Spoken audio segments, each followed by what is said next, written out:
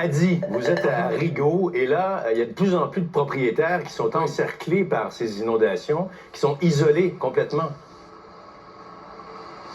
Oui, exactement. Et non seulement, Christian, la crue perdure, mais elle s'est aggravée au courant de l'année dernière.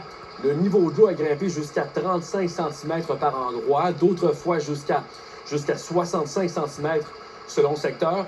On estime qu'il y a environ 6 km de routes au total, Christian, qui ont été impactées par la montée de l'eau. Il y a certaines routes qui sont plus difficiles d'accès, voire inaccessibles.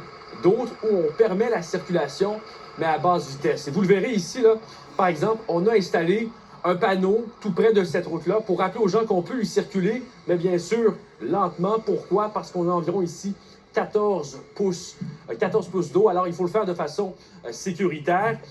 Pour l'instant, il n'y a toujours pas d'ordre d'évacuation, mais plusieurs résidents, écoutez, tentent par tous les moyens de quitter leur résidence, parfois en enfilant des bottes salopettes, d'autres fois grâce à des embarcations. On remarque qu'il y a plusieurs embarcations sur les sites des résidences ici.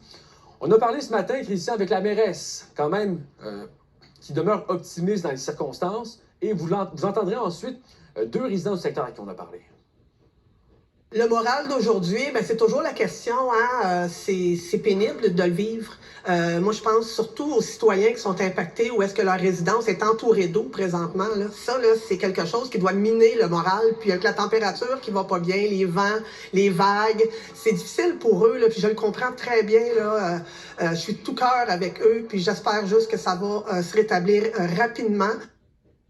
C'est sûr que ça devient lourd, par exemple, comme là, c'est la 3e fois. En 2017, 2019, il était affecté. Là, cette année encore, son chalet il est correct, mais il faut que l'eau arrête de monter. C'est ça qu'il faut.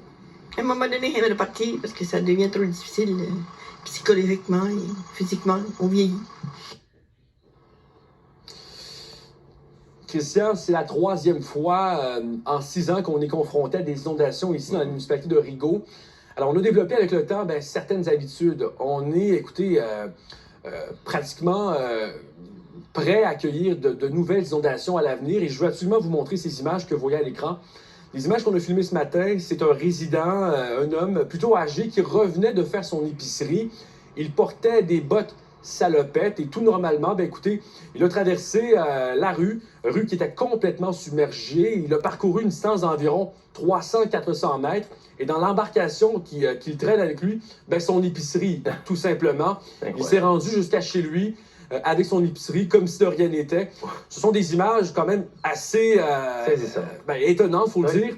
Oui, saisissantes, voilà.